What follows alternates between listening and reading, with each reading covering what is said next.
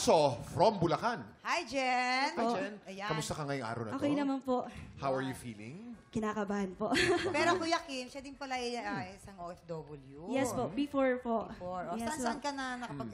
Sa India, Malaysia, and China po. Ano ang naging trabaho mo habang nandun ka sa ibang bansa? Singer din po. Singer din? Yes po. Sa lahat ng mga bansang pinagkantahan mo, anong pinakamasarap kantahan? Siguro sa, parehas lahat naman po. Parehas lang? Opo. Pero sa ano po, sa Malaysia, kasi same lang din po, para pong Parang Pinas lang Pilipino din rin. po, kaya po parang at home lang din po. Halos magkakamukha lang Yes din po, tayo dun opo. eh, no? Magkakamukha lang po. Pero may mga alam ka din bang mga Chinese song, Indian Opo, song? nag-aral din po ng mga Ganon. kanta. Aral din. Sa Kaso pag- ngayon po nakalimutan. Nakalimutan na. Sa sobrang tagal na rin po. Kasi yung sa age, kasi mahirap talagang pag-aralan po. Yung mga Indian song. Opo, may Dapat Kailangan may marunong ka sayaw parang pang ganun. Bollywood. May ganun-ganun yun. Opo. Tsaka yung mga mata, gumagalaw-galaw. Di ba? Oo. Okay, maraming salamat. Ano kaya ang masasabi ng ating inampalan? Hi, Jen. Ang ganda-ganda ng boses mo. Actually, ganda rin ang kanta na pinili mo. Written by Ma'am Christine Bendabel. Kung may babalik ko lang. Kung di ako nagkakamali, parang yan ata yung isa sa mga unang hit songs ni Miss Regine. Bago yung Urong Sulong. Anyway, ang ganda-ganda ng boses mo and na-amaze ako kasi may mga parts na hindi mo masyadong binubuka yung bibig mo and yet may power yung boses.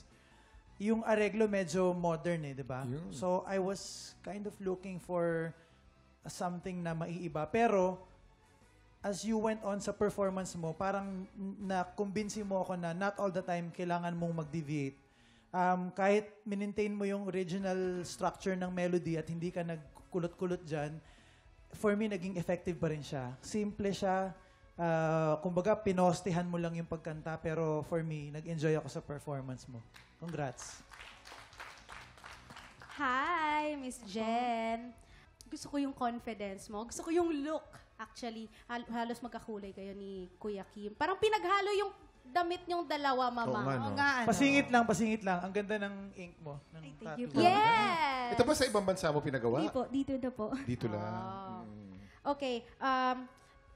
I love the confidence.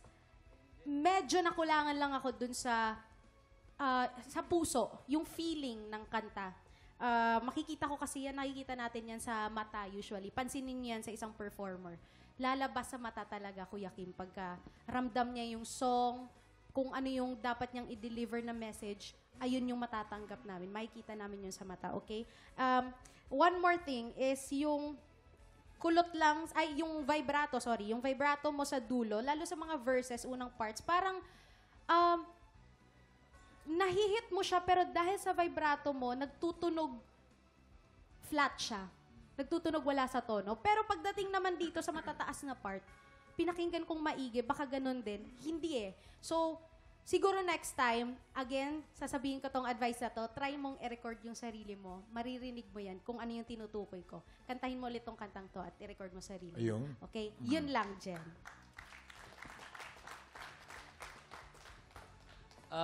Jen, sanay na sanay. Kitang-kita sa performance mo. Sanay na sanay kang kumanta. Dahil yung bira mo, meron kang dynamics na gustong-gusto ko. Yung mahina, lumalakas, tas humihina. Maganda yung technique mo na yon.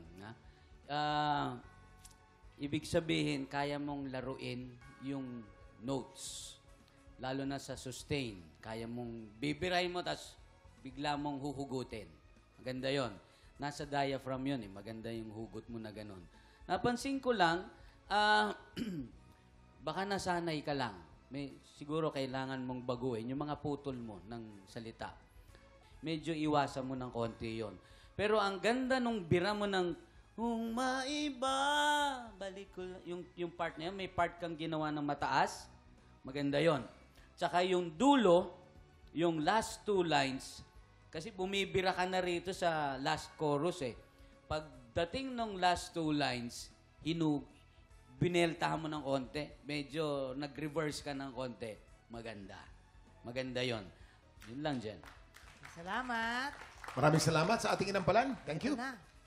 Ito na. The moment of truth. Ano kaya ang ibibigay na score ng ating mga inampalan? Jen, ito ang aking mga stars for you.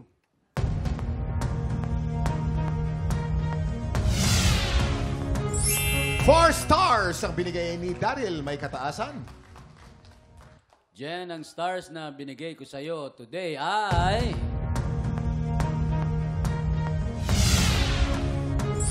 3 stars! Mamaya na po natin ipapakita ang scores ni Hannah. Medyo suspense tayo, ha? Pero so far, si Danny po ay may 5 stars at ikaw naman, Jen, medyo lamang ka ng 2, meron kang 7 stars.